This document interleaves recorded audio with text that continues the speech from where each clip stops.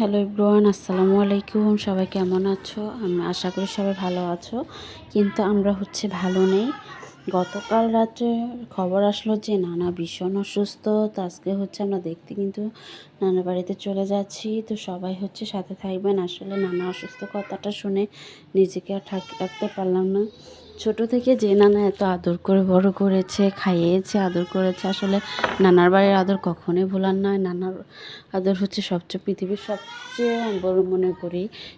কারণ ছোট থেকে যে নানা এত বড় করেছে, আদর করেছে, তার অসুস্থতা কোনো কথা শুনে কিন্তু নিজেকে সামলে রাখতে পারছি না।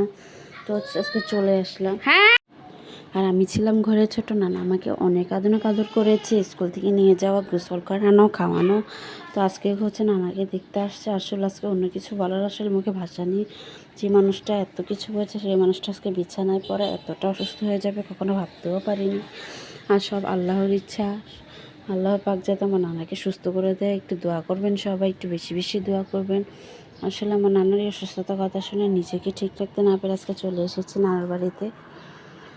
তো আসলে এটা কি, আল্লাহ সব জানেন, সর্বশ্রোতা। উনি আসলে কার ভাগ্যে কী রেখেছেন আল্লাহ পাক ভালো জানে।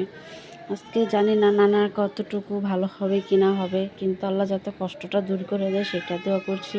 আসলে ওনার যন্ত্রণাটা দেখে আমাদেরও কষ্ট লাগছিল। তো এই যে দেখো ভাতে ঢং করছে, কি আর করবো, ভাতে ঢং করছে, ঢং সবাই দেখছিল, হাসছিল। তো আমি সবাই আমার নানার জন্য দোয়া করবেন। আমি একটা অনুরোধ আজকে করবো, যে মানুষটা একসময় এতগুলো ছেলে মেয়ে বড় করেছে, লালন পালন করেছে, আজকে সে বিছানায়, না পারছে কিছু খেতে, না কিছু কোনো কিছু। তো আজকে পর্যন্ত সে ভালো থাকে। আল্লাহ হাফিজ।